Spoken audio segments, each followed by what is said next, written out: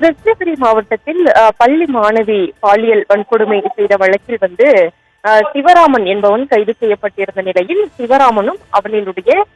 தந்தையும் மரணம் அடைந்து இருக்கக்கூடிய நிலையில இந்த இரண்டு மரணங்களும் சந்தேகத்திற்கு இடமானவை என குறிப்பிட்டு பாஜக மாநில தலைவர் அண்ணாமலை தனது எக்ஸ் வலைதள பக்கத்தில் பதிவு ஒன்றை வெளியிட்டிருக்கிறார். அந்த பதிவுல பார்த்தோம்னா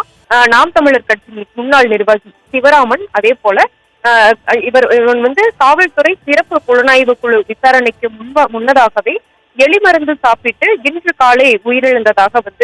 கூறப்படுகிறது என்றும், அவரது தந்தை அசோக் குமார் என்பவரும் நேற்று இரவு சாலை விபத்தில் மரணமடைந்திருப்பதாகவும் தெரிய வருகிறது என குறிப்பிட்ட பாஜக மாநில தலைவர் அண்ணாமலை, இந்த இரண்டு மரணங்களுமே சந்தேகத்திற்கு இடமானவையாக இருக்கின்றன என்றும், வேறு யாரேனும் முக்கிய புள்ளிகளின் பெயர்களை வெளியில் கூறிவிடுவாரோ என்ற அச்சத்தில் சிவராமன் கொல்லப்பட்டிருக்கலாமோ என்ற கேள்வி எழுகிறது